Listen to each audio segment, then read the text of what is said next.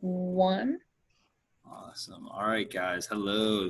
This is the global politics of LGBT human rights. We are Dylan Butts, Olivia Cox, Lou Shore, Cassandra Novik.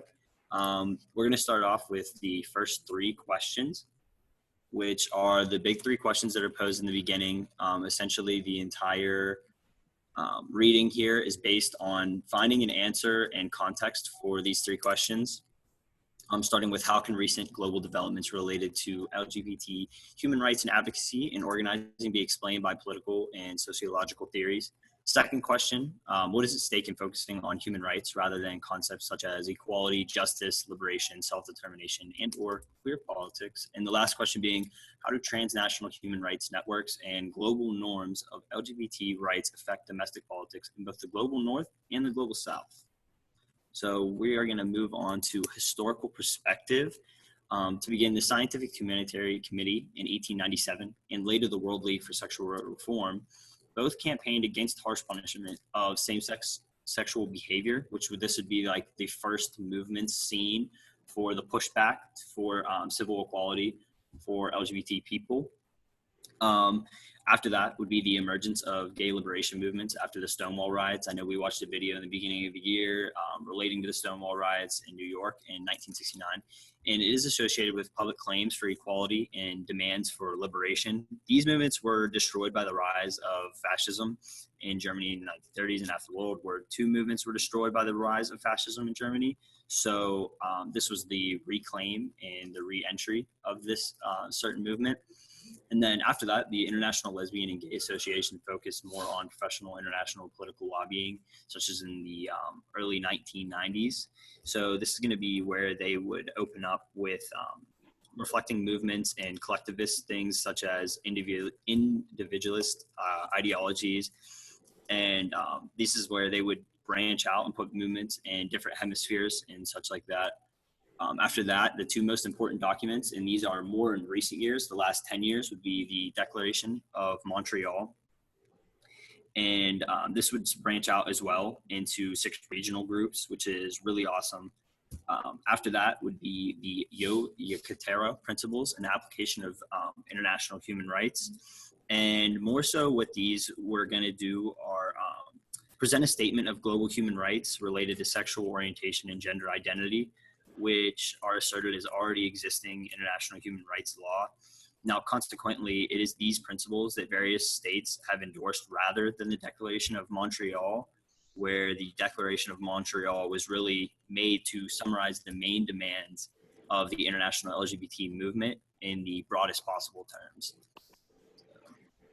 So the answer to the first question about the global LGBT plus developments, there was agenda setting and social movement framing and political opportunity structures that explain why it's been more successful in the EU than in the UN. There's also a constructivist argument from international relations, which show how the law norms for LGBT human rights recognition interact with dominant political institutions, culture, and processes in Western European countries to determine the policy outcomes. So human rights is a very tricky term to use when discussing all of these issues at hand, because things like equality, justice, liberation, self-determination, and or queer politics go into more finite details and allow them to more express the situations going on rather than just vaguely referring to it all under the same term. So especially the referral for equality, it's tough to talk about such a wide variety of different individuals and their equality and their battles with that as something that is identifiable amongst all of them and they can relate to in the same way, because they all have drastically different relations with it. Especially the different levels, like for instance, gender equality is going to be different than a lot of other discrimination.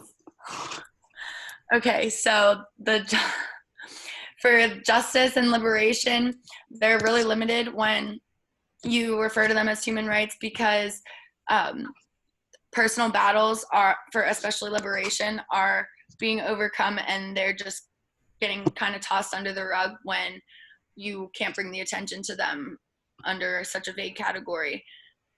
Then queer politics is also new and developing, especially with different international policies and laws.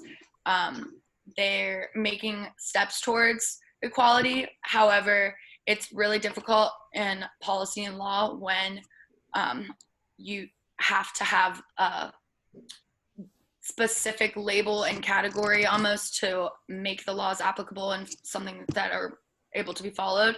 So it's hard, especially when it comes to human rights and gender identity and all of these things that are on a spectrum rather than just black or white. It's hard to approach them and really completely summarize the issue at hand when there's not exactly terminology to express how they're feeling necessarily.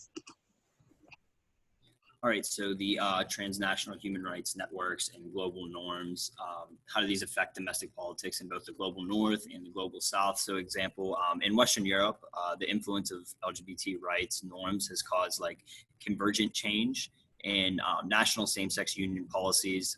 But however, positively, a great deal of diversity still exists in how these countries and societies interpret the European norms for LGBT. Such as relationship recognition. In some countries, the mainstreaming of this norm is in state and cultural practices, so that is good. Noted dangers come from the norms, such as like the most compelling harm for LGBT rights norms is found in like global activist influence on sexual and gender nonconformists in sub-Saharan Africa, India, and Iran, respectively. Here, the Western identity categories like LGBTI, less likely to be respective of local sexual practices and ways of being, but also more urgently, globally framed demands for certain kinds of political and legal recognition can cause like violent backlashes against local activists. This is obviously something we'd have to consider. But moving forward, the increased move to province and checking politics, seeking recognition of assumed LGBT identity categories is like really what we have to study on. They need to do more studies on sociology and relating that back to this. There's a lot of area span that they cannot reach because of the current studies, but that is the biggest effort that needs to be pursued now. Thank you guys.